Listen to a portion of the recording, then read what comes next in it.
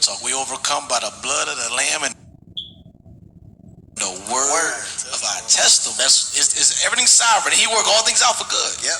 And he gonna use that. Yes, sir. That's what God do, man. What you got, G? So, man, mine was a little different because I didn't really see my generational curse from my parents because it kind of like they were able to skip it. So I never recognized it as a generational bond until later, but I would close up. If something not unfamiliar with me, I would close up and I'm just lock up. You won't see me, you won't hear me, I just close up. And it confused me because I'm like, I never seen my parents do that. So it never dawned on me there was a generational thing that was in our family or that was in, because I wouldn't see it. Because they broke the curse from them and they transferred another generational thing to me, which is coming to church. Because we always was in church. No matter what happened, we was in church. So I seen that, but I didn't see the other side. So I'm like, well, how come I feel like I'm different? Why is not?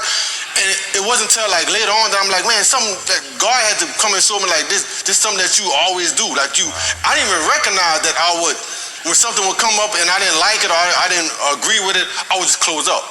I would shut off, I shut off everything, shut off and close up into myself. I'm like, man, that's supposed to be, shouldn't it be something safe? And I'm like, no, because now it's not that you just shutting up, you're not getting it out. You just sitting on it and then all you're doing is keep sitting on it until you explode, and then you like, where all this came from? So it was something that it skipped my parents. My parents, like I said, I made 39 last week. I have never seen my parents argue. Boy, that's a blessing. I have never seen them fuss, and I'm not saying that they haven't, but I have never seen them. They did a good job. Yeah, they did a good job. You know what I'm saying? And there's a good side to it, right? There's some good things that you can leave that can be passed so down. like I had never seen. And look, I would see my mama just got a loud voice, so she would be going in, and my daddy would be sitting there like, I'm like, how you not like say something? And he's just like, and his calmness would calm her down. I'm like, wow, like how did it work? How did it work? And I've never seen them argue, never seen them fuss, and not saying that they have, and even as I grow up, I used to hear them talking, and we had like a cattle gap at our drive. We had a long driveway with a cattle gap, and they would say we're not crossing that cattle gap mad at each other. Wow. And they would not cross that cattle gap, but they were mad at each other. And I'm like, I ain't never seen y'all mad at each other. Why y'all? So I knew it had to happen at some point, but they wouldn't let us see it. Wow. And I'm guessing that's something that either one of them saw, and they say, okay, we're gonna break that generational curse, and we're gonna set this down here. So that taught me that you need to examine yourself. You need to check yourself and see what's in you, because if you don't know what's in you, you don't know what to fix.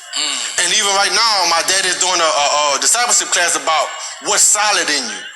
And he also talked about what's not solid in you. So to know, you gotta know those things. You gotta know what's solid in you and where you weak at. Because if you don't know where you weak at, how you gonna ask God to make you strong in it? So that taught me a lot. It gave me a lot to look forward to and look up to, and like listen to Pastor talking and even thinking of my brother right here, because like he has his own business. Like, and you know, you got people that don't think about, we always want to work for somebody else. But like he stepped out and broke a generation. Okay, look, I'm starting my own business. That's good. Yeah, that's breaking the generational curse. So in some areas, I look up to him as well, because like you came out and said, even though I'm here and he there, we all got something that we building, and that's why when it coming to church is so important, not just for the word, but to see other people come. Like we got Brian, Mr. Deacon Brandon Hunt, doing music videos. You know, we got Charles singing and starting video. We all breaking the generational curse in some area. You know what I'm saying? Voiceover, we all breaking generational curses in some area, and that should give us hope and give us like freedom to say, okay, look, they blessed out. I'm in line for mine. Yeah, that's right. And not be jealous of what you got and what he got and what him got, but mine's on the way. If God blessing them, mine's coming. If I fight my generation of curse, my blessing coming too. So we're gonna celebrate together as a family, as one family, as one body. So that's what I got from. That's good. That's all good. That's all good. Come on, They laid it good. So, man, that was a blessing. And like this weekend, I was able to go to the detention center and we was talking to some of the guys, and something put in my heart that I heard from another minister. He said that we don't know the distance between heaven and hell. He said heaven and hell is only 10 to 11 inches from your head to your heart. Admitting, believing, and confessing. You know in your head that there's a higher power, there's somebody over you. There's somebody greater than you. But you got to confess it with your heart. So it's only 11 inches from heaven to hell. And now when you think about it, you died, and God gonna tell you was only a foot away from being in the kingdom. Ball.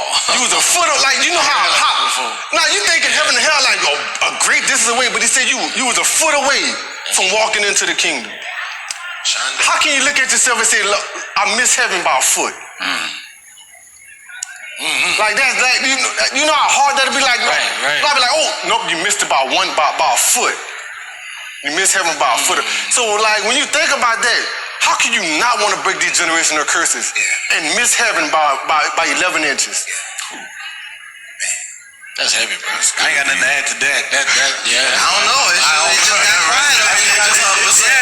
I'm waiting for you to say something. Man, the talk show people. That was you got me stumped, man. That was real though, Deacon. Thank you for that, man. Oh, man. Thank y'all, man. Both of y'all, man. Appreciate y'all, brothers. Appreciate y'all work. Thank y'all. Lord of God. All right. Man, let's check.